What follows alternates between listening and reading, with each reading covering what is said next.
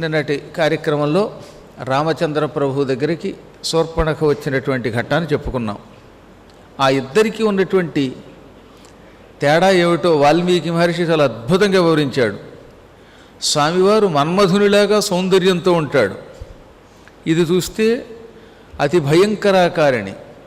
ఆయన నడుము ఉందా లేదా అని సన్నగా కనపడుతోంది. అటువంటి వాళ్ళని పురాణాల్లో సింహమధ్యముడు అంటారు. నిజానికి సింహానికి నడుము మాత్రం సన్నగా ఉంటుంది, మిగతా శరీరం దృఢంగా ఉంటుంది. ఈ దిక్కుమాల సినిమాల్లో చూపించినట్టుగా ఇంత పొట్టేసుకుని ఉంటే వాడు యుద్ధం ఏం చేస్తాడండి? ఎగిరి గంతెయ్యాలంటే, చెంగును దూకాలంటే పొట్ట సన్నగా ఉండాలి. అందుకని పూర్వకాలంలో మహావీరులందరి యొక్క పొట్టలు చాలా సన్నగా ఉండేవి. మనకి భీముడు అనగానే ఎవడో ఒకడిని పట్టుకొచ్చేయడం, వాడికి ఇంత పొట్ట పెట్టడం, ఆ పొట్టతో భీముడు ఏమి యుద్ధం చేసేవాడు? భీముడు 27 అడుగులు ఎత్తున్న గోడ మీద నుంచి యువతల చెంగును దూకేవట్టు. ఆయనకి ఉరుకోదరుడు అని పేరు. ఉరకము అంటే తోడేలు, తోడేలు పొట్ట వంటి పొట్ట కలిగిన వాడు. తోడేలు ఒక ఆబోతుని తినేసినా దానికి పొట్ట రాదు. భగవంతుడు దానికి ఆ వరం ఇచ్చాడు, మంచి చురుకైన శరీరం ఇచ్చాడు. భీముడికి కూడా నడుమంత సన్నగా ఉండేదిట. వక్షస్థలం దృఢంగా విశాలంగా ఉండేది, నడుము మాత్రం సన్నగా ఉండేది. అలాగా పూర్వకాలంలో మహావీరులందరూ సింహమధ్యములు అని పిలువబడ్డారు. ఆయన సింహమధ్యముడు. ఇది మహోదరి. విశాలాక్షం, ఆయన విశాలమైన కళ్ళు కలిగిన వాడు. ఇది విరూపాక్షి, భీకరమైన కనుగుడ్లు కలిగినది. కొంతమంది కనుగుడ్లు చూస్తేనే మనకి భయం కలుగుతుంది. ఆయన తల వెంట్రుకలు చాలా అందంగా ఉన్నాయి. దీని తల వెంట్రుకలు చూస్తే ఏతాకుల్లాగా, ముళ్ళ కంపలాగా, ఎర్రబడినటువంటి రాగిరేకుల్లా కనపడుతున్నాయట. ఆయన రూపం ప్రీతి రూపం, ఇది కురూపి. ఆయన యువకుడు, ఇది వృద్ధురాలు. ఆయన ప్రవర్తన చాలా సౌమ్యంగా ఉంటుంది. దక్షిణుడు అని పిలుస్తారు అలాంటి వాళ్ళని. అనగా శాస్త్రములలో చెప్పినట్టుగా ప్రవర్తిస్తారు. ఇది వామభాషిణి. అన్ని వికారపు మాటలే, క్రూరపు మాటలే, ఒక్క మాటలో కూడా మంచితనం కనపడదు. అటువంటి ఆ దుర్మార్గురాలు ఆయనను చూచి కామమోహితురాలైపోయిందిట. రాముడి సౌందర్యం చూస్తే ప్రపంచంలో ఎవరైనా మోహితులైపోతారు. అన్నిటికీ అతీతంగా జీవితంలో వైరాగ్యం తప్ప ఏమీ అక్కర్లేదు అనుకుని ముక్కు మూసుకుని తపస్సు చేసుకునే ఋషులు కూడా రాముడిని చూస్తే ఒక్కసారి కౌగిలించుకుంటే బాగుండు అనుకునేవారట. అది రాముని సౌందర్యం. అలా వైరాగ్యవంతుల్ని కూడా ఆకర్షించే రాముడు ఇప్పుడు ఈ రాక్షసిని ఆకర్షించాడు. అందుకని అదైనా చూచి, ఓ సుకుమార, నువ్వెవరివి? వేషం చూస్తే ఋషిలా కనపడుతున్నావు, ఋషి వేషం ధరించావు, జటాజోటాలు ధరించావు, చేతిలో ధనుస్సు, పక్కన బాణాలు, ఆయుధాలు, ఇవన్నీ చూస్తే ఉత్తమ క్షత్రియుడిలా కనపడుతున్నావు.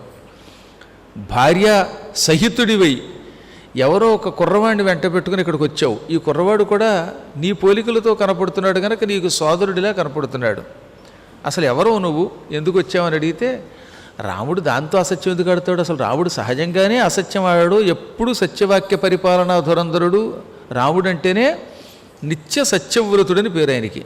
అందువల్ల దాన్ని చూచి నవ్వుతూనే, ఓ రాక్షసి, దశరథుడని ఒక మహారాజు గారు ఉన్నాడు. ఆయన కొడుకుల్లో నేను పెద్దవాడిని, వీడు నా తమ్ముడు. మమ్మల్ని రామలక్ష్మణులు అంటారు. ఈమె నా భార్య సీత. మా నాన్నగారు కొంతకాలం కొన్ని కారణముల చేత వనవాసం చెయ్యమన్నాడు. అందుకని పితృవాక్య పరిపాలన అనే ఒక నెపంతో ఇక్కడికి వచ్చి ఉన్నాం. ఇంకంతా ఒక 3-3.5 ఏళ్లలో ఈ వనవాసం మాకు పూర్తవుతుంది. ఆ సమయంలో నువ్వు అనుకోకుండా ఇక్కడికి వచ్చావు అన్నట్ట. ఇక్కడ కొన్ని పాఠాంతరాల్లో సంవత్సరం మీద 1 నెల తర్వాత పూర్తవుతుంది అని ఉంది. అందుకే ఇటువంటి ప్రక్షిప్తములు అన్నారు. రాముడు చెప్పినటువంటి కొన్ని శ్లోకాలు రామాయణంలో, మూల రామాయణంలో కొన్ని చోట్ల కనపట్ల, కొంతమంది ప్రింట్ చేశారు. కారణం ఏమిటంటే బహుశా ఈ కాలాల్లో ఏవో మార్పులు ఉంటాయి. ఇప్పుడున్న సంవత్సరానికి అప్పుడున్న వాటికి చాలా తేడాలు ఉంటాయి. ఆ రోజుల్లో అధిక మాసాలు, ఈ తిథులలో ఎక్కువ తక్కువలు, వీటన్నిటి కలుపుకునేవారు. అందువల్ల వాటి గురించి మనం చర్చ చేయక్కర్లేదు. కానీ సీతాపహరణం తర్వాత సరిగ్గా సంవత్సర కాలంతో రాముడి యొక్క వనవాసం పూర్తయింది. కాబట్టి గోవిందరాజులు అనే పేరు కలిగిన ఒక మహానుభావుడు రామాయణానికి మంచి వ్యాఖ్య రాశాడు. ఆయన చెప్పిన దాని ప్రకారం సంవత్సరం మీద 1 మాసం ఉందనగా శూర్పణఖ అంటే 13 మాసములు ఇక వనవాసం ఉన్నది అనగా శూర్పణఖ వచ్చినట్టుగా చెప్పారు ఆయన. అదే న్యాయబద్ధంగా కూడా అనిపిస్తున్నది. ఎందుకని శూర్పణఖ రావడం, రాక్షసులు చావడం, ఈ వార్త రావణుడి దగ్గరికి వెళ్ళడం, వాడు వచ్చి మళ్ళీ వెళ్ళడం, మారీచుడు రావడం, సీతాపహరణ జరగడం, ఇవన్నీ జరగడానికి మధ్యలో ఒక మాసం పట్టి ఉంటుందన్నమాట. సీతను లంకలోకి తీసుకెళ్ళాక ఏడాది గడువు ఇచ్చాడు వాడు. ఆ ఏడాది గడువులో 10 మాసాలు గడిచిన తర్వాత హనుమంతుడు వెళ్ళి సీతను చూశాడు. ఆ తర్వాత యుద్ధానికి వెళ్ళి చంపి అన్నీ తీసుకుని వెనక్కి వచ్చేసరికి ఆ 2 మాసాలు పట్టిందనమాట. కాబట్టి గోవిందరాజుల వారు రాసినటువంటి వ్యాఖ్యానం చాలా సరైనటువంటిది. అవి పక్కన పెడితే ఆయన ఇక కొద్ది కాలంలో మన వనవాసం ముగుస్తున్నది, ఇంతకీ నువ్వెవరివి? నీ రూపం చాలా భయంకరంగా ఉంది. నీ కోరలు చూస్తేనే మీసాలు బాగా మెలిపెట్టి యుద్ధరంగంలో తిరిగే వీరులు కూడా వణికిపోతారు. సూర్యులకు భయం కలిగించే కోరలు నీవి. నువ్వు రాక్షస స్త్రీవి అనుకుంటున్నాను అన్నాడు ఆయన. పైగా మనోజ్ఞాంగి అన్నాడు. పైగా ఎంత అందంగా ఉన్నావో రాక్షసి అంటే అది వ్యంగ్యం. రాముడి దగ్గర కూడా అప్పుడప్పుడు కొంచెం సరసం ఉంటుంది. ఎల్లవేళలా రాముడు గంభీరంగా ఉంటాడని చెప్పానుగా మీకు. ప్రారంభంలో మొదటి రోజునే చెప్పాను, రాముడి దగ్గర నవరసాలు ఉన్నాయి. అందుకనే రాక్షసి ప్రతిభాసిమే, నీవు రాక్షసి వలే నాకు కనపడుతున్నావు. అబ్బా ఏమి సౌందర్యం నీది, ఇంతకీ నువ్వెవరివి అని అడిగితే, నువ్వు నిజం చెప్పావు కనుక నేను నిజం చెబుతున్నాను. విశ్రవసుడు అని ఒక మహాత్ముడు ఉన్నాడు. ఆయన కైకసి అని పేరు కలిగిన రాక్షస స్త్రీని ద్వితీయ పత్నిగా సేకరించాడు. ఆ కైకసి విశ్రవసులకి రావణుడని పెద్దవాడు పుట్టాడు, ఆయన మా పెద్దన్నయ్య. ఆ తర్వాత రెండోవాడు పుట్టాడు, వాడు పెద్దన్నయ్య అయితే వీడు ముద్దన్నయ్య. అబ్బో ఎప్పుడు పడితే ఎప్పుడు నిద్రపోతూనే ఉంటాడు, మహానిద్ర కలిగినటువంటి వాడు. ఆవిడ చెప్పడం చూడండి, ప్రవృద్ధ నిద్రశ్చ సదా కుంభకర్ణో మహాబల. మహాబలుడు కుంభకర్ణుడు ప్రవృద్ధ నిద్రుడు అనగా బాగా గాఢంగా నిద్రపోతాడు. వృద్ధ నిద్ర అనే పదం ఎప్పుడు వాడతారంటే సంవత్సరంలో 6 నెలలు నిద్ర అయ్యి 6 నెలలకు ఒక్కరోజు మాత్రమే మెలకువ తెచ్చుకుంటాడట. ఆ ఒక్కరోజుకి చాలు ఈ 6 నెలలకి సరిపడా తినేయడానికి.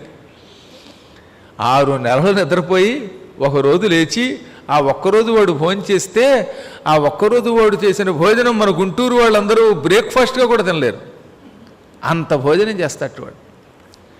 అటువంటి వాడు. ఇంకా ఆఖరి వాడు మరొకడు పుట్టాడు, మూడోవాడు. మా వంశంలో తప్ప పుట్టాడు. విభీషణస్తు ధర్మాత్మ నతు రాక్షస చేష్టిత. విభీషణుడు మా చిన్నన్న, పెద్దన్న ముద్దన్న తర్వాత చిన్నన్న ఒకడు ఉన్నాడు. ఆయనకి విభీషణుడు అని పేరు. వి అనే శబ్దమునకు వికారము అని కూడా ఒక అర్థం. వికారాలకి భయంకరుడు అనగా పాపాల పాలిటి భయంకరుడు అని ఒక అర్థం. విశేషమైన భీషణత్వం కలిగిన వాడు. యుద్ధరంగంలోకి వెడితే శత్రువులు భయపెడతట్టండో, ఆయనే సామాన్యుడు కాదు. ఇంద్రజిత్తుతో యుద్ధం చేయలేదా, రావణుడితో యుద్ధం చేయలేదా రణరంగంలో? మహావీరుడే ఆయన కూడా. రావణుని పరాక్రమముతో పోలిస్తే కొంచెం తక్కువ పరాక్రమం కలిగిన వాడు తప్ప సహజంగా మహాబలవంతుడు. అందువల్ల ఆయన్ను చూస్తే బాగా భయపడతారట జనాలు. అందువల్ల కూడా విభీషణుడు.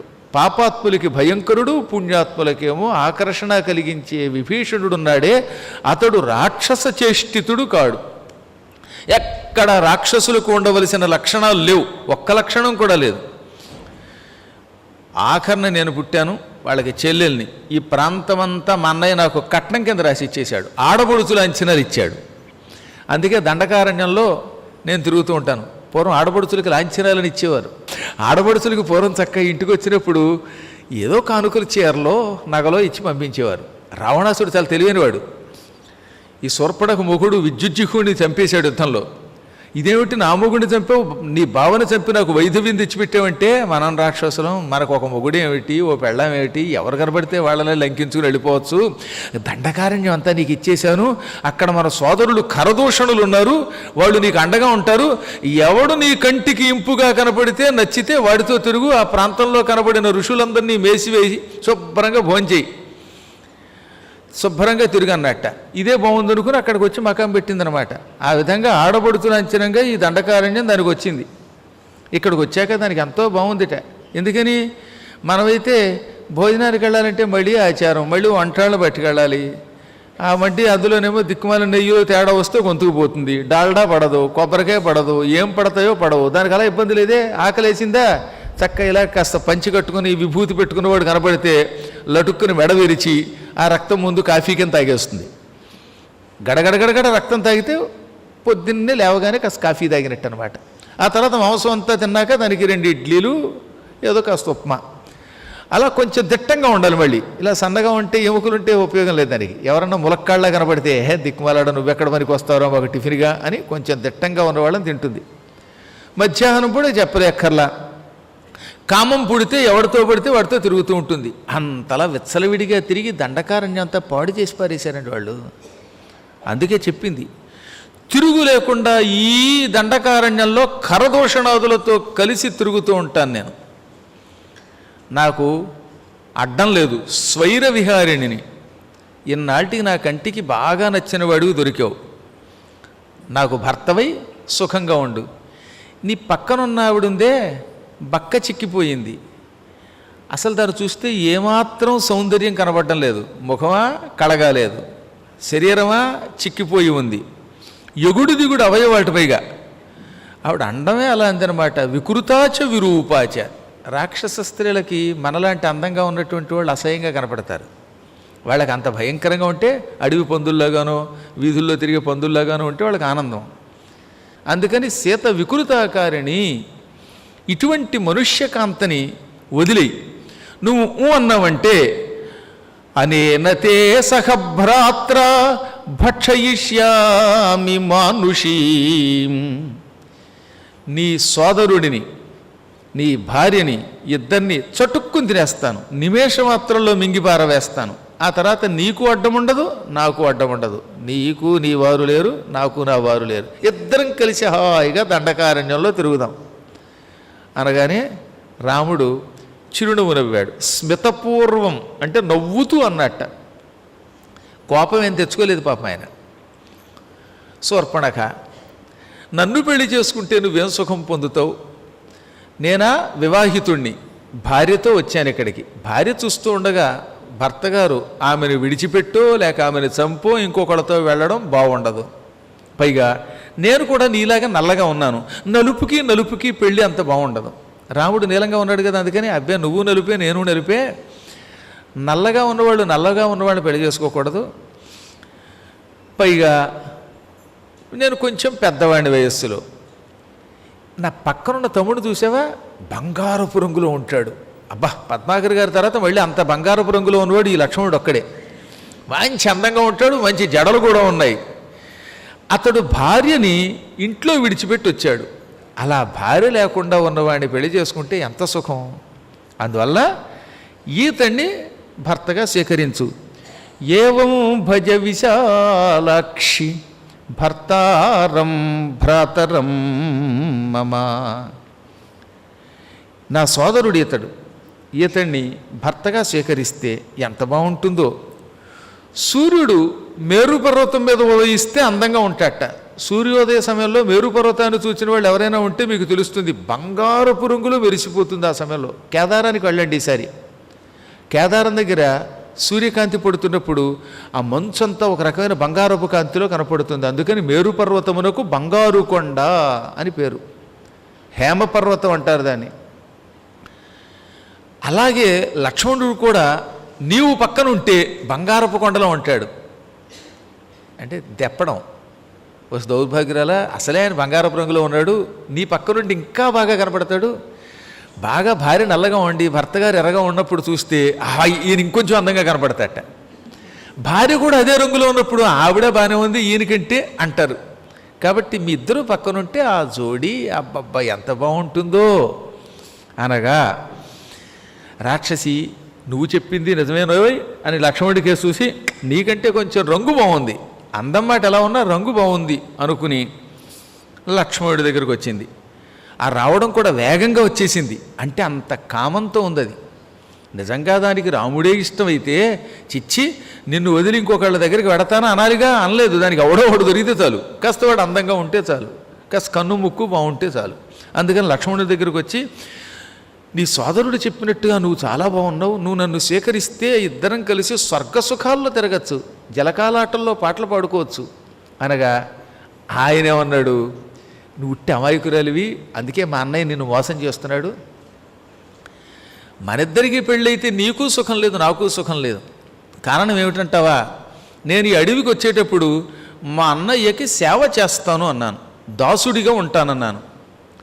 కథం దాసస్య మే దాసి భార్యా భవితుమిచ్చసి. నేను దాసుణ్ణి, ఒక దాసుణ్ణి పెళ్లి చేసుకుంటే నువ్వు కూడా రాముడికి దాసీవవుతావు. నేను బ్రహ్మచర్య నిష్టతో రాముడికి సేవ చేయడానికి వచ్చాను. అప్పుడు నువ్వేమవుతావు? నాతో పాటు కలిసి ఆయనకి సేవ చేయాలి. ఇద్దరం కలిసి చెరోకాలు పుచ్చుకొని ఆయన కాళ్ళు వత్తడం, ఆయనకి తాటాకుపాక పాడైపోతే బాగు చేయడం, రోజు స్నానానికి నీళ్లు తేవడం, బట్టలు ఉతకడం, ఈ 2 పనులు చెయ్యాలి. ఇలా సేవ చేస్తూ బతికితే ఇక నీకు కామసుఖాలు ఎక్కడ లభిస్తాయి? ఎంత అందంగా ఉన్నావు నువ్వు! ఇంత అందంగా ఉన్న నువ్వు నాలాంటి వాడిని కట్టుకుని బ్రహ్మచర్య దీక్షతో గడపగలవా? పెళ్ళి కాకపోయినా పర్వాలేదు, కానీ పెళ్ళయ్యాక బ్రహ్మచర్య దీక్షతో గడపడం కొంచెం కష్టమే. పైగా నీ నడుము ఎంతో చక్కగా ఎంత లావుగా ఉన్నది, నేను సన్నని నడుముతో ఉన్నాను, గట్టిగా నా నడుము పట్టుకుంటే పడిపోయేటట్టుగా ఉన్నాను. ఆ అండం కూడా చూడండి, నీది భయంకరమైన నడుము, నాది సన్నని నడుము. ఇలాంటి వాళ్ళకి పెళ్ళి బాగుండదు. కాబట్టి ఏం చేస్తావంటే మా అన్నయ్య దగ్గరికి వెళ్ళు, ఆయన్ని ఇంకోసారి బతిమాలు, ఆయన నిన్ను పెళ్లి చేసుకుంటాడు. కారణం ఏమిటి? నీ అందం చూచిన తర్వాత మా అన్నయ్యకి మా వదిన మీద ప్రేమ ఉండదు. అబ్బా ఏమి సౌందర్యం, నీ వంటి సౌందర్యవతి 2-3 సార్లు బతిమాలితే ఆ ముసలావిడిని విడిచిపెట్టి పొడుచావిడిని నేను కట్టుకుంటాడు. ఇది రాముడు వింటూ ఉండగా లక్ష్మణుడు అన్నమాట. భార్యాం వృద్ధాం పరిత్యజ్య, వృద్ధురాలైన భార్యను విడిచిపెట్టి, అదే ఇందాక అంది కదా శూర్పణఖ, అది ముసలిది, దాన్ని విడిచిపెట్టి నన్ను చేసుకోంది. అందుకని ఈయన వ్యంగ్యంగా ఆ ముసలి భార్యని విడిచిపెట్టి యువతివైన త్వాం ఏవ ఏష భజిష్యతి, నిన్నే మా రాముడు స్వీకరిస్తాడు. ఇక్కడి తెగ పొగిడేశాడు. ఏమందన్నీది! ఆ దంతాలు, ఆ ముక్కు, ఆ నడుము, ఆ వక్షస్థలం, ఆ చేతులు, గోళ్ళు, ఇక నీ తల వెంట్రుకలు, ఇవన్నీ చూస్తే నాకు ముచ్చటగా ఉంది. నీ తల వెంట్రుకలు పట్టు కుచ్చుకదోయ్. అసలు నీ తల వెంట్రుకల మీద పడుకున్నవాడు పరుపులు అడుగుతాడా? నువ్వు వీపు మీద చరుపు ధరిస్తే ఇంక వాడు మళ్ళీ పరుపు ఎక్కడం. నీలాంటి సుందరీమణిని విడిచి ఒక వికారాకారిణిని స్వీకరించడానికి రాముడు ఏమైనా తెలివి తక్కువవాడా అనగానే ఆ పరిహాసం అర్థం చేసుకోలేకపోయిందిట. పరిహాసా విచక్షణ, అది పరిహాసము అనే విచక్షణ జ్ఞానం లేక మళ్ళీ రాముడి దగ్గరకు వచ్చింది. రాముడు ఇటు పంపాడు, లక్ష్మణుడు ఇటు పంపాడు. 2-3 సార్లు అటు ఇటు తిప్పారులండోయ్. దాంతో కాసేపు ఆడుకున్నారు. ఈలోపు సీత నవ్వింది. ఈ గందరగోళం చూసి మండిపోయింది దీనికి. అసలు ఈ సీత పక్కన ఉండడం వల్లే మీ ఇద్దరూ నన్ను నిర్లక్ష్యం చేస్తున్నారు. ముందు దీన్ని నడుం పట్టుకుని విరిచి తినేస్తాను. దీన్ని తినేశానంటే అప్పుడు మీ ఇద్దరూ లొంగుతారు. ఎవరికి భార్య ఉందో ఎవరికి లేదో తర్వాత సంగతి చూసుకుందాం. రామ, నీ ఎదురుగుండానే దీన్ని తినేసి సవతి పోరు లేకుండా నీతో కాపురం చేస్తాను అని అమాంతంగా సీత మీదకు దూకపోయింది.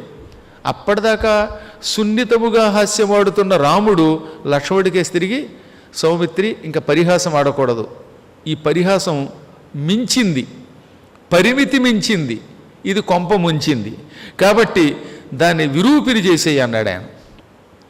రాక్షస స్త్రీలకి విపరీత కామం ఉంటుంది. ఆ విపరీత కామం కలిగిన వాడికి ఆనందం ఇచ్చేవి ముక్కు చెవులు. అవి చెప్పకుండానే దీని ముక్కు చెవులు కోసేయి అన్నట్ట. ఎవరో కానీ ఒక బాణంతో లక్ష్మణుడు ముక్కు చెవులు కోసారని చెప్పారు, కానీ నిజానికి రామాయణంలో అసలు బాణ ప్రసక్తి లేదు. ఉద్ధృత్య ఖడ్గం చిచ్ఛేద కర్ణనాశం మహాబలః. ఉద్ధృత్య అంటే బయటికి తీశాడు, కత్తి దూశాడనమాట. వరలో ఉంటుందిగా, ఆ కత్తి బర్రును బయటికి లాగాడు. పెద్ద కత్తిది, బంగారపు పిడి కలిగిన కత్తి. ఆ కత్తి దూసి ముందు దాని ముక్కు పట్టుకున్నాడు. అది ముక్క ఏకంగా పొగగొట్టంలో ఉందట ఇంత చివరిదాకా. పెద్ద పెద్ద రైస్ మిల్లులకి పెడతారు సరే, పొడుగ్గా గొట్టాలోటి అలా ఉంది. దాని ముక్కులోంచి వచ్చే గాలికే జంతువులు ఎగిరిపోతాయి. అది గనక అందా ఆ దిక్కుమాలిన ముక్కు, అందులోంచి వచ్చే గాలికి లేళ్ళు ఎగిరిపోతాయిట. అంత పెద్ద పొగగొట్టంలో ఉన్న దిక్కుమాలిన ముక్కుని కత్తితో ఒక్క దెబ్బకి నరికేశాడు. ఇక చెవుల, అసలు ఆ చెవులు కనుక మీకు ఇచ్చామంటే పెద్ద వింజామరంలో పట్టుకుని వియ్యొచ్చు. ఇలాగా విసిరితే మొత్తం ఈ హాల్లో వాళ్ళు ఎగిరిపోతారు. అందుకే ఆ చెవులు అక్కడ వారేసాం. ఆ చెవులు కూడా బరును కోసి పారేశాడు ఆయన, ముక్కు చెవులు కోసేశాడు. భయంకరమైన బాధ కలిగింది దానికి. అందులోంచి నెత్తురు ధారగా కారింది. ఆ నెత్తురు గోదావరిలో కలిస్తే గోదావరి కూడా ఎరుపెక్కిపోయిందంటే దాని రక్తం ఎంత ఉందో ఆలోచించండి. నిజానికి శూర్పణఖని చంపగా వచ్చిన రక్తాన్ని కనుక ఓ బ్లడ్ బ్యాంక్ వాళ్ళకి డొనేషన్ ఇస్తే మొత్తం గుంటూరు వాళ్ళందరికీ ఆ రక్తం సరిపోతుంది. కాకపోతే దాని గ్రూప్ ఏమిటో తెలియదు. కానీ దిక్కుమాల గ్రూప్ మీకు ఎక్కించామంటే కొప్పలు వెలిగిపోతాయి. అంతటి రక్తం కారుకుంటూ పోయింది. గుండెలు బాదుకుంది. ప్రగృహ్య బాహు గర్జంతి, చేతులు పైకెత్తింది, వక్షస్థలం మీద కొట్టుకుంది, బాబు అయ్యింది. పరుగును వెళ్ళిపోయి అరణ్యంలో, దండకారణ్యంలో చెట్టు కింద కూర్చుని 4-5 సింహాలు, పులులు, ఖడ్గమృగాలు తెగ తినేస్తున్నటువంటి కరుడి కాళ్ళ మీద పడిపోయింది. కరుడు దీనికి సోదరుడని చెప్పాను కదా, వాడి దగ్గర పడిందిట. వాడు బ్రేక్ఫాస్ట్ తింటున్నాడు, మధ్యాహ్నం భోజనం తింటున్నాడు, రాత్రి భోజనం తింటున్నాడు, రాయలేదు కానీ తెగ తినేస్తున్నాడు. వాడు పులులు, సింహాలు ఇవన్నీ బరబరబర నోట్లో వేసుకుని నవ్వులేస్తున్నట్టు వాడు. వాళ్ళకి సుఖం అండి. అసలు రాక్షసులు ఎక్కడికైనా వెళితే వాళ్ళకి వంట వాళ్ళు అక్కర్లా. ఎందుకని అసలు వంట ఎందుకు చేసుకోవడం? ఒంటరిగా కనపడిన వాడిని తినేస్తూ ఉంటే మనకి ఎక్కడికి వెళ్ళినా స్టవ్ కావాలి, పిండి కావాలి, పెనం కావాలి, మళ్ళీ దాని మీద ఆయిల్ వేయాలి, దిక్కుమాల దోశలు వేయించాలి, మళ్ళీ దానికి చట్నీ కావాలి, ఎన్ని గొడవలు. కాబట్టి రాక్షసులే పుడితే బాగుండు అని కొంతమంది అప్పుడప్పుడు మూర్ఖులు అనుకుంటూ ఉంటారట. ఆ దిక్కుమాలను బతుకు మీకెందుకు కానీ అదేం కోరుకోకండి. శుభ్రంగా తింటున్నటువంటి వాడి దగ్గరికి వెళ్ళి ఏడుస్తూ ఉంటే, సోదరి ఏమిటి వికృతాకారం, మొత్తం నీ ముక్కేదే, ఏకంగా నీ ముక్కు ఎంత పొడుగుండేది కొంగ ముక్కులాగా, ఆ ముక్కు ఏమైంది, ఎంతంత దొప్పల్లో ఉండే చెవులు ఏమయ్యాయి అని అడిగితే అప్పుడు అది ఏడుస్తూ అయ్యయ్యో ఏం చెప్పను అన్నదట. ఏమి చెప్పక్కర్లా, ఉన్నది చెప్పు. నీ వంటి సోదరి నాకు ఈ ప్రపంచంలో మరొకటి దొరకదు. నన్ను ఎంతో గౌరవంగా చూస్తావు, నేను కూడా ప్రేమగా చూస్తాను రావణాజ్ఞ వల్ల. ఈ అడవిలో ఎవరికీ అపకారం చేయకుండా తిరిగే నీలాంటి సాధు స్త్రీని విరూపిని చేసిన దుర్మార్గుడు ఎవడు? వాడు ఇంద్రుడైనా సరే నా చేతిలో చావక తప్పదు. నేను యుద్ధరంగంలో మహా భయంకరుణ్ణి. ఆయుధాలు పుచ్చుకుని యుద్ధానికి గడితే సురసిద్ధ సాధ్య నర కిన్నర పన్నగ యక్ష చారణాసుర విద్యాధర గంధర్వాదులందరినీ ఒక కుమ్మడి చేత్తో కొట్టి చంపగలను. ఇంద్రుడే వణికి పారిపోతాడు నా దెబ్బకి. అటువంటిది నా సోదరికి ఎంత అపచారం చేసిన వాడు ఎవడైనా సరే వాడికి ఎంతకింత ప్రతీకారం చేస్తాను చెప్పు అన్నట్టు. వాడు నిజంగా వాడు వీరుడే, దేవతలనే భయపెట్టిన వాడే. అందుకే వాడంత ధైర్యంగా పలికితే అప్పుడు అది ఏడుస్తూ ఇలా అంది, తరుణౌ రూప సంపన్నౌ సుకుమారౌ మహాబలౌ పుండరీక విశాలాక్షౌ చేర కృష్ణాజినాంబరౌ. నీవు చూసుకోలేదు, అందుకే నీకు ఏ విషయం తెలియటం లేదు. ఈ అడవిలోకి ఎవరు వస్తున్నారో ఎవరు పోతున్నారో బాగా తెలుసుకుని ఎవరైనా మన శత్రువులు వస్తే వాళ్ళని చంపవలసిన బాధ్యత నీది. అది అన్నగారు నీ మీద పెట్టాడు ఆ భారం. మీరు గూఢచారులను పెట్టుకుని ఈ వ్యవస్థ అంతా నడిపి లోపలకు వస్తున్న దండకారణ్యంలో అడుగు పెడుతున్న శత్రువుల్ని కనిపెట్టలేకపోతున్నారు అంటే దీన్ని బట్టి మీరు అసమర్థులని అర్థమవుతున్నది. మీలాంటి అసమర్థులకి నేను కర్తవ్యం గుర్తు చేయవలసి వస్తోంది. ఈ మధ్యకాలంలో ఈ అరణ్యంలోకి 2 యువకులు అడుగుపెట్టారు. బాగా అందంగా ఉన్నారు, సుకుమారులు. వాళ్ళ శరీరం చూస్తే సుకుమారంగా కనపడుతున్నది, కానీ మహాబలవంతులు. తామర పువ్వులో కాఠిన్యం ఉండదు, వాళ్ళ శరీరం ముట్టుకుంటే తామర పువ్వుల్లో ఉన్నారు. అంత కోమలంగా ఉన్న వాళ్ళ చేతుల్లో మొత్తం బలం చాలా గట్టిగా ఉంది. తెల్ల తామర పువ్వుల్లో ఉన్నటువంటి వాళ్ళ కళ్ళు. సాధారణంగా ఈ తెల్లగుడ్డు ఇంకా తెల్లగా ఉంటే అటువంటి వాడిని పొండరీకముల వంటి కళ్ళు కలిగిన వాడు అంటారు. పొండరీకం అంటే తెల్ల తామర, పద్మము అంటే ఎర్రగా ఉండే తామర. ఎర్ర తామర బదులుగా తెల్ల తామర కనపడితే దాన్ని ఏమంటాం సంస్కృతంలో? పొండరీకం. అందుకే పొండరీకాక్షుడు అన్నారు విష్ణువుని. ఆయన బొడ్డులో ఉండేది కూడా పొండరీకమే. శ్రీ మహావిష్ణువు నాభిలో నుంచి పైకి వచ్చిన తామర పువ్వు ఎప్పుడు ఎర్రగా ఉండదండో, తెల్ల. అందుకే శత పద్మము. శత అంటే తెలుపు, పద్మం అంటే ఎర్ర తామర గనక అది తెల్ల తామర అని తెలియజేయడానికి శత పద్మము అన్నారు. శత కమలాసన సృష్టి కారణ, బ్రహ్మదేవుణ్ణి వర్ణిస్తూ శత కమలాసన, తెల్ల తామర పువ్వు ఆసనముగా చేసుకుని కూర్చునేవాడా అన్నారు. కాబట్టి రాముడి యొక్క కనుగుట్లు తెల్లగుట్లు ఉంటాయే అవి తెల్ల తామర పువ్వు రేకుల్లో ఉంటాయట. ఇద్దరు అటువంటి వాళ్ళు కృష్ణ అజిన అంబరములు ధరించారు. కృష్ణ నల్లని, అజినము అంటే జింక, నల్ల జింక చర్మాలు అలా ఒంటికి చుట్టుకున్నారు. నారచీరలు కింద పంచె కింద కట్టుకున్నారు. మహావీరులు, కందమూలాలు తింటారు. వాళ్ళను చూచి నేను అక్కడికి వెళ్ళాను. వారి పక్కన ఒక సుందరీమణి ఉన్నది. అందులో పెద్దవాడైన రాముని భార్యట, ఆమె పేరు సీతట, పరమసుందరి. ఆ సుందరిని చూచి ఆ సుందరిని నీకు అంటగడదామని వెళ్ళా. ఏమిటి అందుకు వెళ్ళిందిట? అన్నీ అబద్ధాలే. రాక్షసులంటేనే నోరు తెరిస్తే అసత్యాలన్నమాట. నిజానికి అది రాముడి మీద కామంతో వెళ్ళింది. ఇప్పుడు ఏముంటుంది మడత పేచీగా, ఖరా ఆ సుందరిని నీకు భార్యగా తెద్దామని వెళ్ళా, కానీ వాళ్ళు నా మీద పడ్డారు, క్రూరంగా ప్రవర్తించారు, ముక్కు కోసేశారు, చెవులు కోసేశారు, విరూపినైపోయాను. దానివల్ల నేను మహాబాధపడుతున్నాను, నెత్తురు గారిపోతోంది. నువ్వు కనుక వీరుడివైతే, నాకు సోదరుడివైతే వెళ్ళి వాళ్ళ మీద పడు, వాళ్ళని చంపు, వాళ్ళ పుర్రెలు విరగ్గొట్టాలి, వాళ్ళ రక్తం నేను తాగాలి. శరీరం నుంచి తాజా నెత్తురు బయటకు వస్తున్నప్పుడు నురగలతో వస్తుంది. నురుగలు కక్కుతున్న ఆ నెత్తురు నేను తాగాలి. ఆ వేడి వేడి నెత్తురు తాగితే కానీ నాకు పగ తీరదు. వెళ్ళు అనగానే వెంటనే 14 మంది యోధుల్ని పిలిచాట.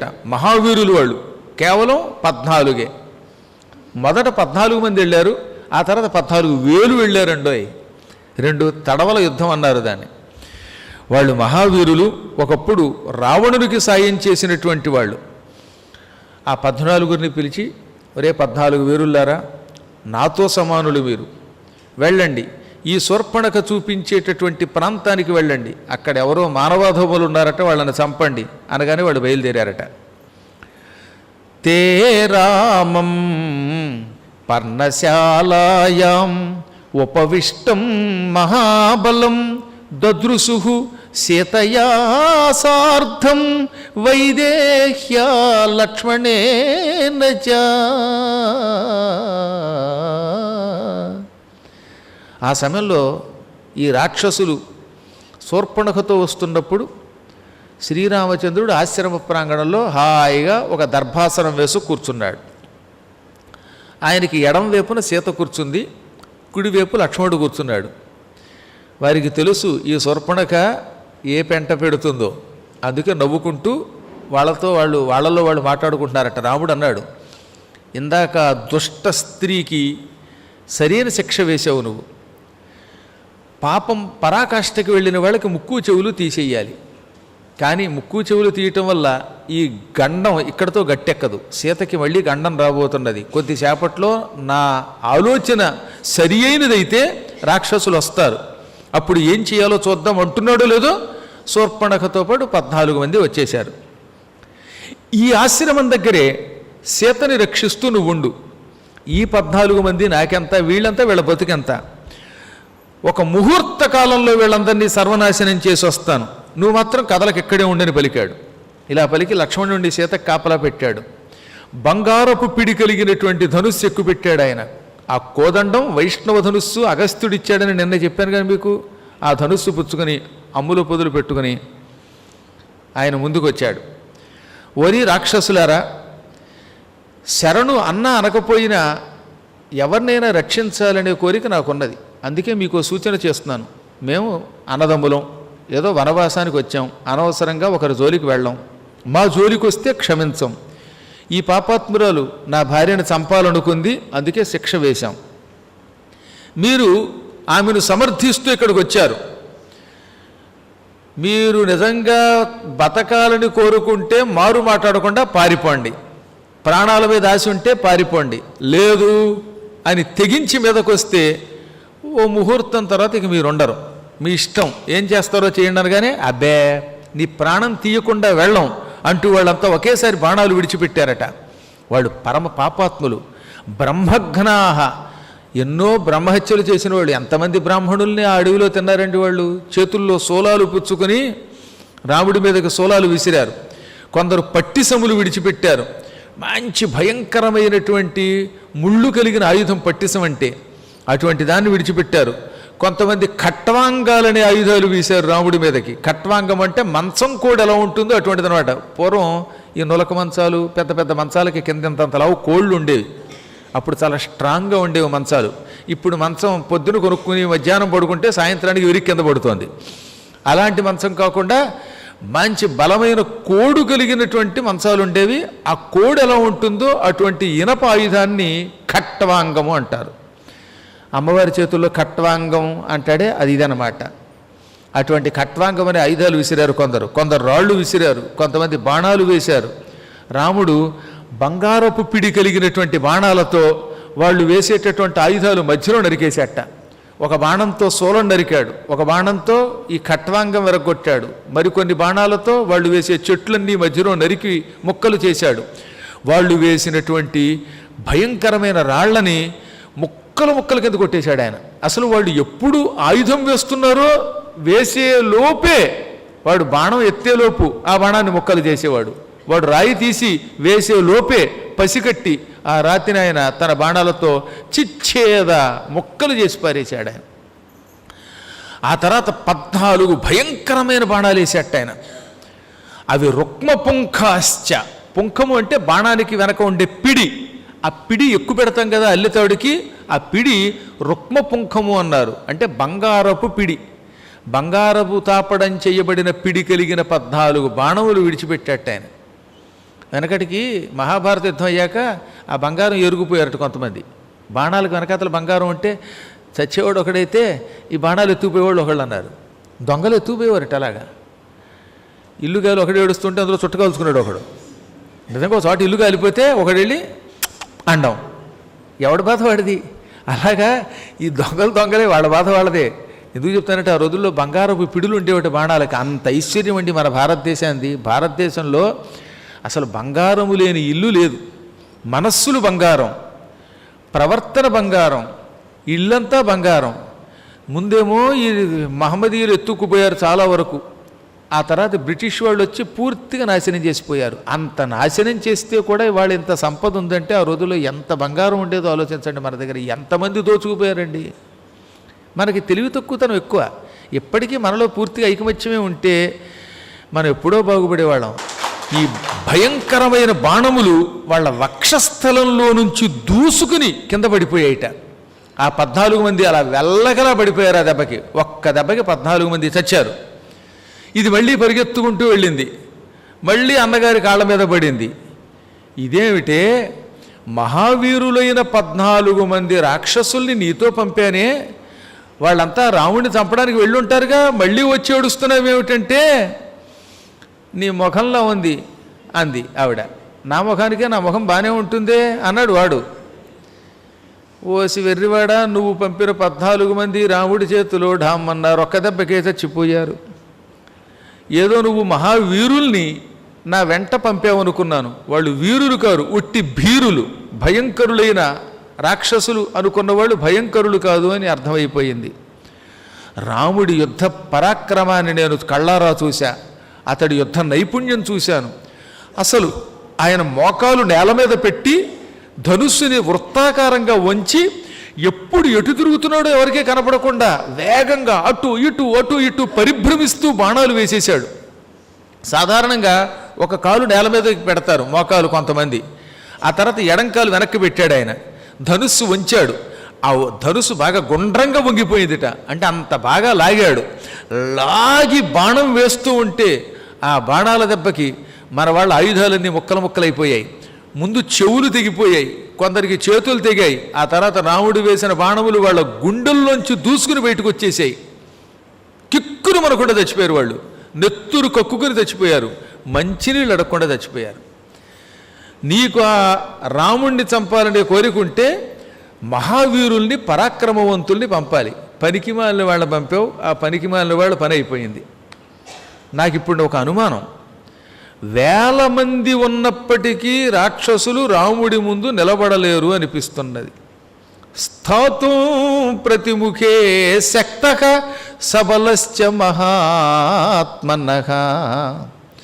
మహాపరాక్రమవంతుడైన రాముని ముందు వేలాది మంది రాక్షస వీరులు కూడా ఒక క్షణం నిలబడలేరు.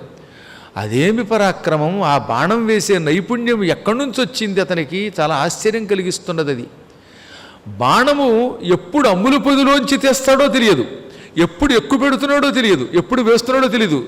మయ్యమనే శబ్దం వినపడుతోంది తప్ప రాముడు కనపడ్డు, బాణము కనపడదు, కానీ ఆ ఫలితం కనపడుతోందిట. బాణం దెబ్బ కనవాడు డామ్మని కిందపడి చావడం తెలుస్తోంది. ఆడదాన్ని కనుక నన్ను వదిలిపెట్టాడు, లేకపోతే నేను ఆడే చచ్చిపోయేదాన్ని. రాముడి మీద నీకు నిజంగా పగ ఉంటే, నీ దగ్గర రాముడిని జయించే శక్తి ఉంటే నువ్వే స్వయంగా వెళ్ళు. ఆ రాముడిని నువ్వు చంపకపోతే కులపాంసన, మన కులానికి చెడ్డ తెచ్చినవాడు అవుతావు, మన కులంలో తప్పబుట్టినవాడు అవుతావు అని అది రెచ్చగొడితే వాడు తీవ్రమైన కోపంతో ముఖం ఎర్రబడగా ఇలా అన్నట్ట. అసలే నల్లగా ఉంటాడు, ఇప్పుడు కోపంతో ముఖం విచిత్రంగా మారిపోయింది. చూడండి, మరీ నల్లగా ఉన్నవాడు ముఖం మీద మేకప్ వేసుకుంటే ఎలా ఉంటుంది, మధ్యలో మేకప్ కొంచెం పోతే ఎలా ఉంటుందో అలా ఉన్నాడు అనమాట వాడు. శూర్పణఖ, నువ్వు నా చెల్లివి, నీకు అవమానం జరిగిందంటే, నీకు బాధ కలిగిందంటే అది నాకే బాధ. మహావీరుణ్ణి నేను, మానవుల్ని ఆహారం కింద స్వీకరించేవాడిని నేను. అటువంటిది నాకు ఈ మానవ మాత్రుడు అల్పాయుష్కుడైన రాముడు ఒక లెక్క. ఇప్పుడే నేను యుద్ధానికి కడతాను. గండ్రగొడ్డలు ఒకటి ఉంది నా దగ్గర, అంటే పరశువు, ఆ పరశువుతో వాడి తల నరుకుతాను. అలా నరకగానే మొండెల్లోంచి రక్తం పైకి చిమ్ముతుంది. ఆ రక్తం నువ్వు కడుపరా తాగు.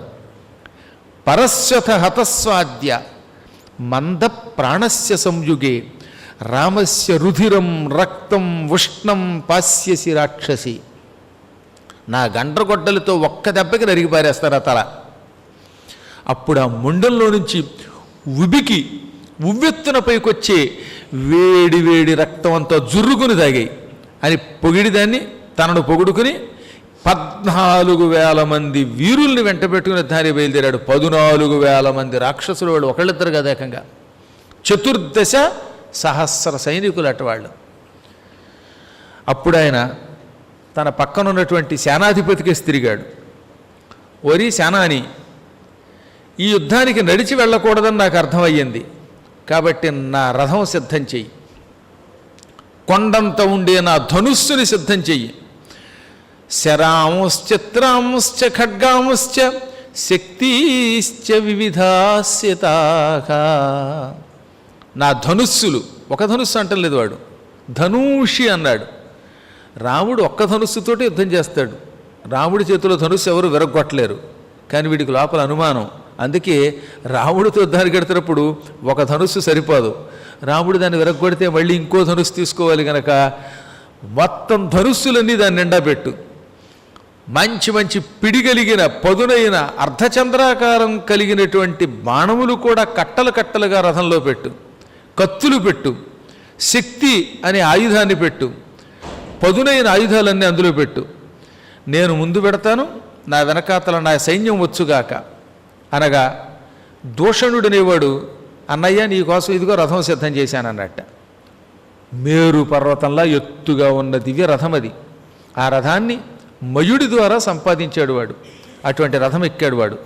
దానికి 1000 పిశాచాలు కట్టారట. అన్నీ పిశాచాలేవి, గాడిదలవి. వీడు అడ్డగాడిదా, ఆ రథానికి ఉన్నవి గాడిదలు. ఈ పిశాచ ముఖం కలిగిన గాడిదలు కట్టబడిన ఆ రథం ఎక్కి బయలుదేరాట. ఎప్పుడు కరుడు యుద్ధానికి తీసుకెడతాడా అని ఎదురు చూస్తున్నారు రాక్షసులు. అంటే వాళ్ళు ఇంకా రాముడు దెబ్బ తినలేదులేండి. ఎంతకాలం బక్క చిక్కిపోయిన నాబోటి వాళ్ళని మింగారు వాళ్ళు. అందుకని మనుషులు అంటే అలాగే ఉంటారు. ఏదో పొద్దున ఒక అట్టు చచ్చి చెడి ఒకటి తింటారు, మధ్యాహ్నం ఇంత అన్నం తింటారు, సాయంత్రం అయితే ఉపవాసం ఉంటారు. బక్క చిక్కిపోయిన తపస్సులు మానవులు వాళ్ళందరినీ నోట్లో వేసుకుని లటుక్కుని మింగవచ్చు అనుకున్నారు వాళ్ళు. అందుకని ఇప్పుడే యుద్ధానికి నీతో వస్తున్నాం మహారాజా. అక్కడ రాక్షసుల పరాక్రమం అంటే ఏమిటో రామలక్ష్మణులు చూచెదరుగాక.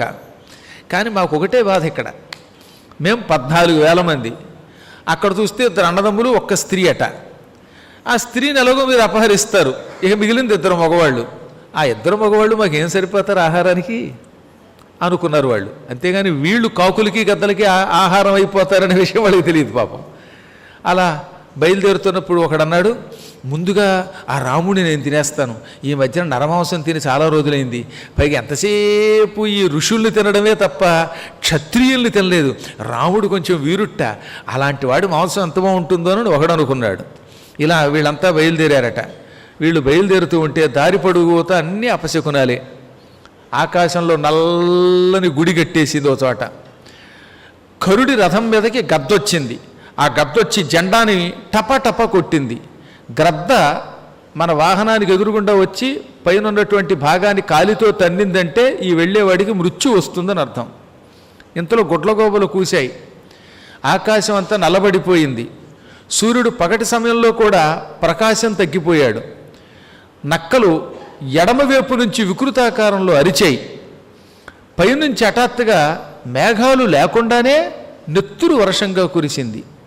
కొన్ని మృగాలు ఏడవడం మొదలెట్టాయి. కొన్ని చోట్ల పక్షులు కీచ్ కీచ్ అంటున్నాయి. వాయువు కూడా అశుచిగా అక్కడ వీచింది, అంటే దుర్గంధం వచ్చిందనమాట. పెంట మీద నుంచి వచ్చే గాలి ఎలా ఉంటుంది, అలాంటి గాలి వచ్చింది. వీళ్ళు వెడుతున్న మార్గంలో చెరువులు ఉన్నాయి కొన్ని చోట్ల. ఆ చెరువుల్లో వీళ్ళు చూస్తూ ఉండగా తామర పువ్వులు కాలిపోయి మాడిపోయి కిందకి దిగిపోయాయి. ఎంతకంటే దుశ్శకునాలు ఏమిటి? కరుడికి ఎడమ భుజం అదిరిందిటండోయ్. ప్రాకంపత భుజ సవ్య సరశ్చాస్యావసజ్జత. ఎడమ భుజం అదిరింది. ఈ సారథిని రథం తోలు అందామంటే నోట్లోంచి అనే గాలి తప్ప మాట రావట్లేదుటండోయ్. అంటే కంఠం కూడా వృద్ధం అయిపోయింది. ఒక్కొక్కప్పుడు ఎందుకో గొంతుకు పూడిపోయినప్పుడు పద్యం పాడలేము, మనం హై పిచ్లో పాడలేము, నోట్తో మాట రాదు, అప్పుడు గాలి మాత్రమే బయటకు వస్తుంది. అలా అయిపోయింది వాడికి. ఇవి చూచి రాక్షసులు కొంచెం బెదురుతూ ఉంటే కరుడు ఆ బెదురు తగ్గిస్తూ వాళ్ళని ఉత్సాహపరుస్తూ నవ్వుతూ ఇలా అన్నట్ట, చూచారా ఈ మహోత్పాతాలు, ఇవి నన్నేమీ చెయ్యవు, ఇవి సామాన్యులకి అపశకునాలు. మనము మహావీరులం, రాక్షసులం. అందరికీ అపశకునాలు, మనకి శుభశకునాలు. అందరికీ శుభశకునాలను భావించేటటువంటి శుభశకునాలు మనకు అపశకునాలు. రాక్షసులకి ఎప్పుడు కూడా ఇతరులకి ఏది మేలో అది కీడు, ఏది కీడో అది మేలు. ఇదే కొట్టేశారు ఇంగ్లీష్ వాళ్ళు కూడా. మీరు మ్యాక్బెత్ డ్రామాలో ఏమని ఉంటుంది, fair is foul and foul is fair hover through the fog and fill the air అంటాడు. అందరికీ మంచి మాకు చెడ్డ, అందరికీ చెడ్డ మాకు మంచి అని ముగ్గురు మాంత్రికురాళ్ళు అంటారు. అందులో అన్నీ మనవేనండి, ఎవరు చూసినా మనవ కాపీ కొట్టినవే. మన తెలుగు వాళ్ళు ఒక్కోసారి చాలా తెలివి తక్కువ పిచ్చి పనులు చేస్తూ ఉంటారు. కాళిదాస్ కవి అప్పటివాడు, నేటికి దాదాపు 3000 సంవత్సరాల క్రితం వాడు. ఈ షేక్స్పియరు 500 ఏళ్ల క్రితం వాడు. ఇంత చేసి 500 ఏళ్ల క్రితం వాడు. కాళిదాసుని ఇండియన్ షేక్స్పియర్ అంటారేంటి పిచ్చాడు? కాకపోతే అంటే కాళిదాస్ పాతవాడా ఈయన పాతవాడా? ఎవడన్నా నా తర్వాత 25 ఏళ్ల తర్వాత పుట్టినవాడిని నువ్వు పద్మాకర్ గారిలో పురాణం చెప్పావంటే బాగుంటుంది, కానీ పద్మాకర్ గారిని పట్టుకెళ్ళి ఆ తర్వాత పుట్టినవాడితో పోలుస్తారా? ఆ పుట్టబోయేవాడితోటి. ఇక్కడ ఎవడో కూర్చున్నాడండి, వాడు ఇప్పుడు ఈ మధ్యన పురాణం నేర్చుకుంటున్నాడు. ఆ రాజులాగా పురాణం చెప్పామంటారా నన్ను? వాడు నన్ను చూసి అనుకరిస్తాడా, నేను వాడిని అనుకరిస్తానా? అసలు ఒక్కోసారి నాకు ఈ బిరుదులు ఇచ్చేవాళ్ళని చూస్తే మతిపోతుంది అనమాట. ఎవడికి తోచింది వాడు వాగేయడమే. ఎక్కడి షేక్స్పియరు, ఎక్కడ ఈ కాళిదాసు? కాళిదాసు ముందు వీళ్ళు ఎక్కడ అవుతారు?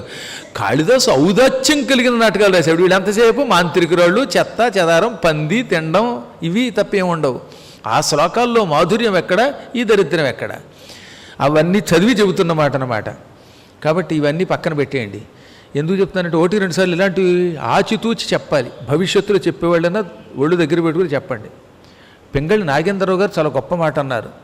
పింగళి నాగేంద్రరావు గారు నానాటి బ్రతుకు నాటకము అనేటటువంటి పాదాన్ని తీసుకున్నాడు ఆయన.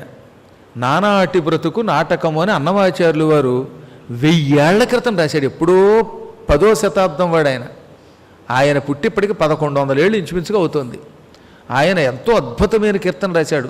ఆ అన్నమాచార్యుడితోటి ఏ ఇంగ్లీష్ వాడు సాటిరాడు. ఆయన రాసిన పదాలను తీసుకుని ఆయన చక్కని పాట రాశాడు గుణసుందరి కథలో అన్నమాట.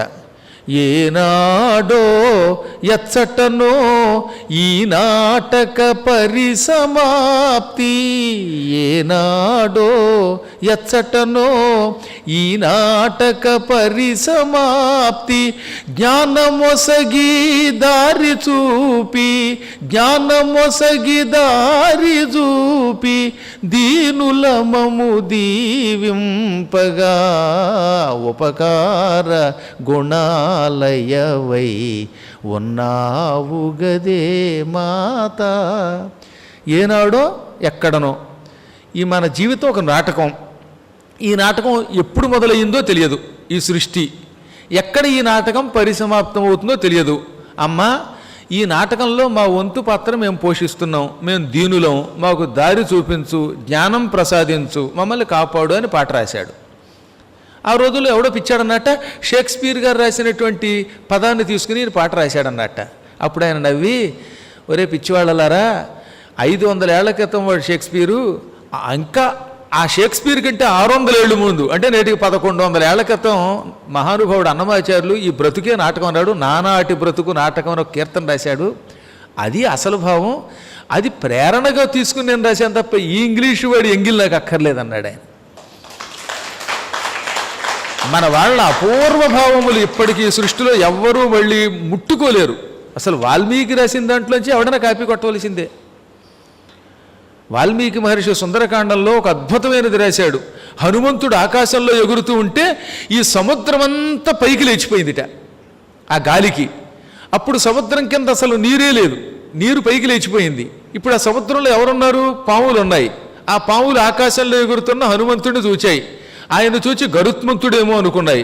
అమ్మో, ఈ గరుత్మంతుడు ఆకాశంలో ఎగురుతున్నాడు, పైన మనకు అడ్డంగా ఉండే నీరు లేచిపోయింది, మేము గరుత్మంతుడికి కనపడతాం, కనపడితే గరుత్మంతుడు మమ్మల్ని వానపాములు తిన్నట్టుగా, సేమ్యాలు తిన్నట్టుగా, నూడిల్స్ తిన్నట్టుగా తినేస్తాడని భయపడిపోయి ఇలాగా తువ్వాలు పిండి ముద్ద పెడితే ఎలా ఉంటుంది అలా లొంగలు చుట్టుకున్నాయట. లొంగలు చుట్టుకుపోయాయి అన్నారు వాల్మీకి మహర్షి సుందరకాండంలో మొదటి సర్గలో. ఆ అద్భుత భావనని కృష్ణదేవరాయలు రాశాడండి ఆముక్తమాల్యదలో. ఖనటపయోబ్ధి వీక్ష్య రసాతలాన్యోన్య పిండీకృతాంగ భేతాండజములు గరుత్మంతుణ్ణి వర్ణిస్తూ ఆముక్తమాల్యదలో కృష్ణదేవరాయలు ఈ పద్యం రాశాడు. గరుత్మంతుడు ఆకాశంలో ఎగురుతూ ఉంటే ఆ గాలికి సముద్రం పైకి లేచిపోయిందిట. ఖ అంటే ఆకాశం, నటత్తు ఆకాశంలో నటించడం మొదలెట్టిందిట, అంటే ఆకాశానికి ఎగిరిపోయింది సముద్రం. అప్పుడు ఏమైంది? నీళ్లు లేకపోవటం వల్ల సముద్రం అడుగునున్న పాములు బయటకు వచ్చేసాయి. ఆ పాములు పైన ఎగురుతున్న గరుత్మంతుడిని చూచాయి. ఆయన భక్షిస్తాడని భయపడి ఒకదానికోటి లొంగలు చుట్టుకున్నాయట. అంటే కృష్ణదేవరాయలు కేవలం వాల్మీకి మహర్షిని చూసి రాసిందే అది. ఇలా మనం ఎవరు ఏం రాద్దామన్నా వాల్మీకి దగ్గర ఆ భావన కనపడుతుంది. ఎన్నో కష్టాలు పడి మేము కొన్ని భావనలు రాశాం.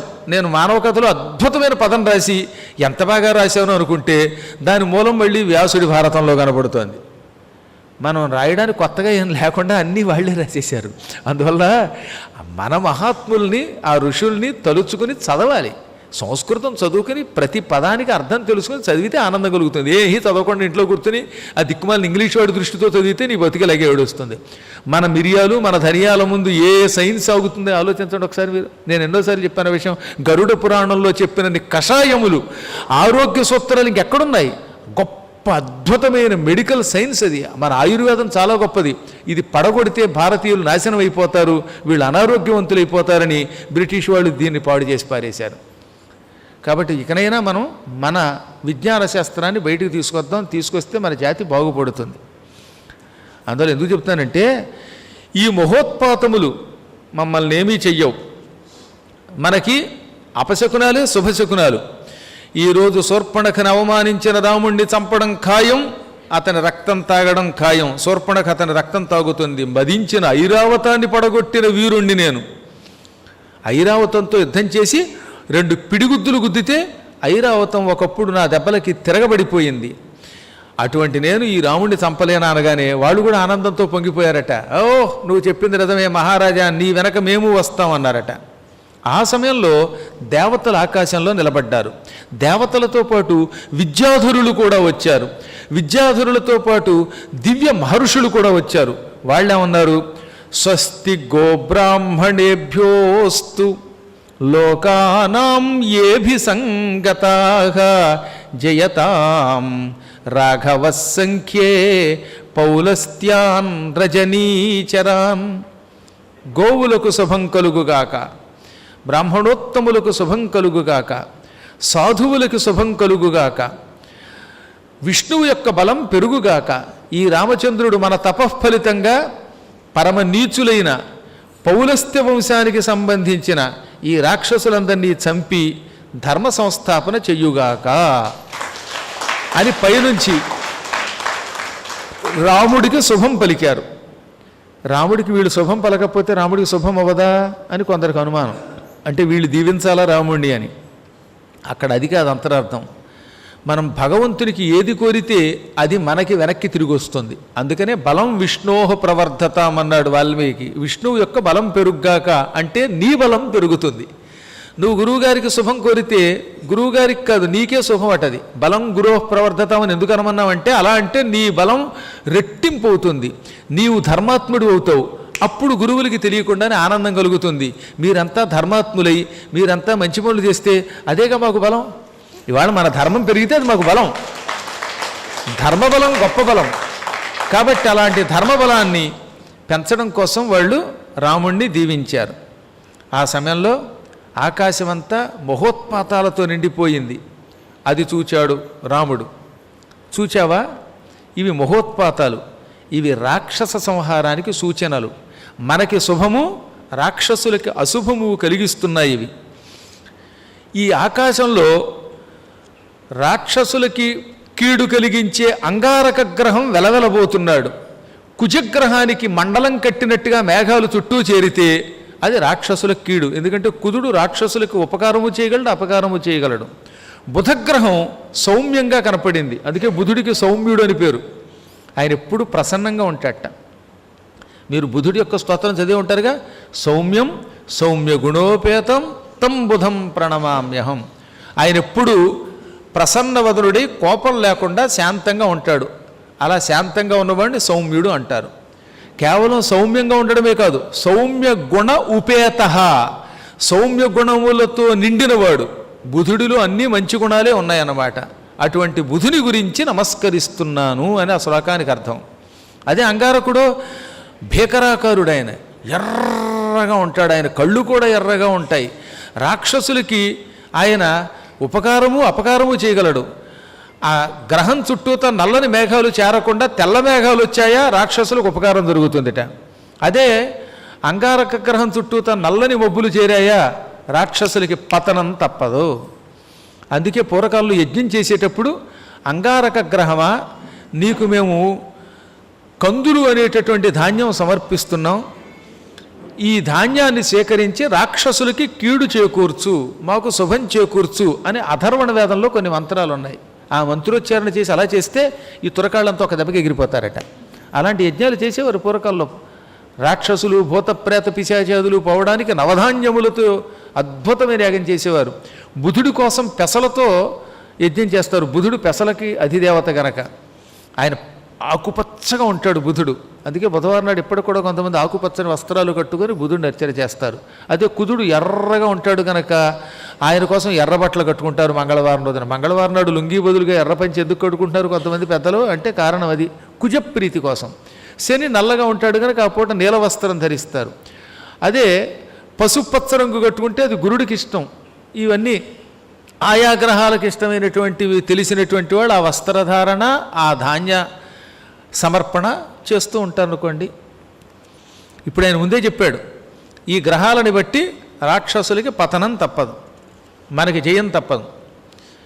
ఇక్కడ నువ్వు మాత్రం నాకు ఉపకారం చెయ్యి. ఆశ్రమం దగ్గర యుద్ధం కొంచెం కష్టం, ఎందుకంటే వచ్చే రాక్షసులు రథాల మీద వస్తున్నారు, ఆయుధాలతో వస్తున్నారు. నేను యుద్ధం చేసేలోపు కొంతమంది పక్క నుంచి వచ్చి సీత మీద పడవచ్చు, అప్పుడు వాళ్ళని రక్షించడం నీకు కష్టం అవుతుంది. ఈ పక్కనే ఒక కొండ గుహ ఉంది, నువ్వు ఆ గుహలో ఆవిడ పెట్టు. గుహకి అడ్డంగా ద్వారం దగ్గర ధనుర్ధారివై కాపలా ఉండు. నువ్వు నా మాట కాదనకూడదు, ఎందుకంటే చీటీబడి లక్ష్మణుడు అన్నయ్య నేను యుద్ధానికి వస్తానంటూ ఉంటాడట. నేను నువ్వు ఎక్కడుంటే అక్కడే ఉంటానంటాడు. అందుకని ఏమన్నాడైనా, శాపితో మమ పాదాభ్యాం గమ్యతాం వత్సమాచరం. ఆలస్యం చేయకుండా నువ్వు సీతను తీసుకుని ఆ కొండ గుహ దగ్గరికి వెళ్ళు, గుహ దగ్గర అడ్డంగా నుండు, ఇది నా పాదాల మీద ఒట్టు పెట్టి చెబుతున్నాను అన్నాడు ఆయన. రాముడు పాదాల మీద ఒట్టు పెట్టి చెబితే ఇక ఆ మాట కాదనకూడదు. కొంతమందిని వద్దు బావో అన్న వచ్చేస్తూ ఉంటారా గురువుగారి దగ్గరికి, అప్పుడు ఏం చెప్పాలి, నా దగ్గరికి వస్తే ఒట్టనాలి, దెబ్బగా పారిపోతాడు. కాబట్టి ఒక్కోసారి తప్పనిసరి పరిస్థితుల్లో కొంతమందిని వదిలించుకోవాల్సి వస్తుంది. నేనేమో పొద్దున్న సాయంకాలం దగ్గర రాత చదువు వీటిల్లో ఉంటే బాబో వద్దంటే వినిపించుకోకపోతే నేనేం చేస్తాను. అందుకని రాముడు ఒట్టు వెళ్ళు అనగానే లక్ష్మణుడు అలాగేనన్నట్ట. రాముడు అంత మాట అన్నాక లక్ష్మణుడు మాట వరసకు కూడా ఆయన మాట కాదనడు. సీతాదేవిని తీసుకుని మహావేగంగా అక్కడున్న ఒక భయంకరమైన గుహ దగ్గరికి వెళ్ళాడు. ఆ గుహలోకి ఎవరు పడితే వాళ్ళు వెళ్ళలేరు. అటువంటి గుహలో సీతని ప్రవేశపెట్టాడు. ప్రవేశపెట్టే ముందు గుహలో చూశాడండోయ్. తీరా సీత లోపలికి వెళ్ళాక ఏ సింహం ఉంటే, అందుకని పరీక్షించి సీతకి అది సురక్షితమైన గుహ అనుకున్నాక అందులో ఆవిడిని పెట్టి గుహద్వారం దగ్గర తాను నిలబడ్డాడు కోదండధారి అయి. ఆ సమయంలో రాముడు కవచం ధరించాడు, విల్లు పట్టుకున్నాడు. పొగలేని అగ్నిలాగా ధగ వెలిగిపోయాట రాముడు. పొగలేని అగ్ని మంచి బాగా మండుతుంది అంటే రాముడు కూడా ఇప్పుడు మంచి మంట మీద ఉన్నాడనమాట. క్రోధాగ్నితో ఉన్నాడు ఆయన. ఆ సమయంలో రాక్షసులు వచ్చారు. శత్రువుని నేను చంపుతానని ముందుకు దూకారట. అలా దూకుతున్న వాళ్ళని చూచాడు రాముడు. ముందు ఒక హెచ్చరిక చేస్తాడు ఆయన, రాక్షసులారా, మీకు నాకు ఏ విధమైనటువంటి తగాదా లేదు. ఆత్మరక్షణ కోసమే మేము ఇందాక వచ్చిన రాక్షసుల్ని సంహరించాం. ఇప్పుడు మీరు అనవసరంగా కయ్యానికి వచ్చారంటే మీరందరూ యముడి మందిరానికి వియ్యానికి వెళ్ళిపోతారు. అందుకని నోరు మొయ్యండి అంటున్నాను, మూసుకుని వెళ్ళిపోండి అంటే వింటారా వాళ్ళు? పోగాలం దాపురించిన వాళ్ళు రయ్యమని అరిచారట. ఆ సమయంలో ముందుగా 5,000 మంది మహావీరులు అందరూ ఒకేసారి ధనుస్సులు ఎక్కుపెట్టి రాముడి మీదకి బాణవర్షం కురిపించేశారు. తేరామే శరవర్షాణి వ్యసృజన్ రక్షసాంగణాః. వాళ్ళు పెద్ద శబ్దాలు చేస్తున్న బాణవర్షం కురిపించారు. ఈ బాణములు ఒకేసారి ఖై అని అరుచుకుంటూ శబ్దం చేసుకుంటూ రాముడి మీదకి వచ్చాయి. 5,000 మంది వీరులు బాణాన్ని వర్షం కింద కురిపించారు రాముడి మీదకి. అప్పుడు రాముడు నదీ ప్రవాహాన్ని తనలో కలిపేసుకున్నట్టుగా తన బాణాలతో వాటినటి తునాతురకలు చేసేశాడు. ఎన్ని బాణాలు వేశాడో తెలియదు, ఎప్పుడు బాణం ఎక్కువ పెడతాడో తెలియదు, కానీ రాముడి బాణాలు మహావేగంగా వెళ్ళిపోతున్నాయి. ఆ రాక్షసుల బాణాలన్నీ ముక్కలైపోతున్నాయట. దారిలో వస్తున్న బాణములు ఆకాశంలోనే ఇంతింత ముక్కలైపోయాయి, చిన్ని ముక్కలైపోయాయి అనమాట. ఆదివారం నాడు మాంసం కొట్టు దగ్గర కొడుతూ ఉంటారు చూసారా, పట్ పట్ పట్ అని ఇంత ముక్కల కింద వీడు కత్తి పెట్టి పట్టక భలే కొట్టేస్తాడు నేను వీడి దుంపతేగా. మనం మైసూరు పాకం కూడా అలా విరవలేం. అలాగా ఈ మొత్తం ధనుస్సు నుంచి వచ్చినటువంటి రాముడి బాణాలు వెళ్ళి వాళ్ళ బాణాలు ముక్కలు చేసేసాయి. రాముడికేమో వాళ్ళ బాణాలు తగలలేదు. ఒక్క బాణం కూడా ఆ యాతుధానుల బాణములు రాముడికి తగలలేదు. కానీ రాముడు వేసిన బాణములు వాళ్ళ బాణాలు నరకడమే కాక వాళ్ళ శరీరాలకి తగిలి వాళ్ళ శరీరాలన్నీ ముక్కలైపోయాయి. వాళ్ళ శరీరాలన్నీ భయంకరమైన బాధకి గురైపోయాయి. కొంతమంది రాక్షసులైతే అలా తునాతునకలైపోయారన్నమాట. పార్సిల్ చేసి పట్టుకుపోవచ్చు తినాలనుకున్నవాళ్ళు, అలా అయిపోయారట వాళ్ళు. ఒక్కడు రాముడు 14,000 మంది సైనికులు, రాక్షస సైనికులు వీళ్ళు. పైగా వాళ్ళకి కరదోషణాదులు నాయకులు.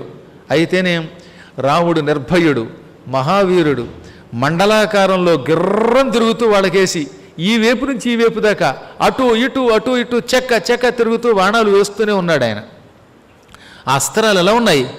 పాశాహ కాలకృతాయవ, యముడు విడిచిపెట్టిన యమపాశాల్లో ఉన్నాయట రాముడి బాణాలు. ఆ బాణాలు రాక్షసుల శరీరాలు చీల్చేయి. ముందేం చేసాయి? గుండెల్ని చీల్చుకుని అందులోంచి బయటకు కూడా వచ్చేసాయి. సాధారణంగా బాణాలు గుచ్చుకుని ఉండిపోతుంది, కానీ రాముడి బాణం మహావేగంగా ఉండడం వల్ల అవి గుండెలను చీల్చుకుని బయటకు వచ్చి నేల మీద పడిపోతున్నాయి. అలా పడి ఆకాశానికి చేరుతున్నాయి. ఆకాశానికి చేరి అక్కడి నుంచి శుద్ధి అయి మళ్ళీ రాముడి దగ్గరికి వస్తున్నాయి బాణాలు. ఆ అద్భుతమైన దృశ్యాన్ని వర్ణించారు ఇక్కడ. భిత్వా రాక్షస దేహాస్తాన్ తే శరా రుధిరాప్లుతాః అంతరిక్షగతా రేజుః దీప్తాగ్ని సమతేజసః. ఆ బాణములు ముందు రాక్షసుల దగ్గరికి వెళ్ళాయి. వాళ్ళ శరీరాలని చీల్చాయి, గుచ్చుకుని బయటకు వచ్చాయి. అక్కడి నుంచి అంతరిక్షగతాహ ఆకాశంలోకి వెళ్ళిపోయాయి. అక్కడికి వెళ్ళి దేప్తాగ్ని సమతేజస ధగ ధగ వెలిగిపోతున్న అగ్నిజ్వాలల వలె అవి వెలిగిపోయాయి. యజ్ఞగుండంలో అగ్నిజ్వాలలు ఎలా ఉంటాయి? పొగలేని అగ్నిజ్వాలల్లాగా అవి వెలిగిపోయాయి. అక్కడి నుంచి తిరిగి వచ్చాయి, తిరిగి రాముడి పక్కన చేరుతున్నాయి.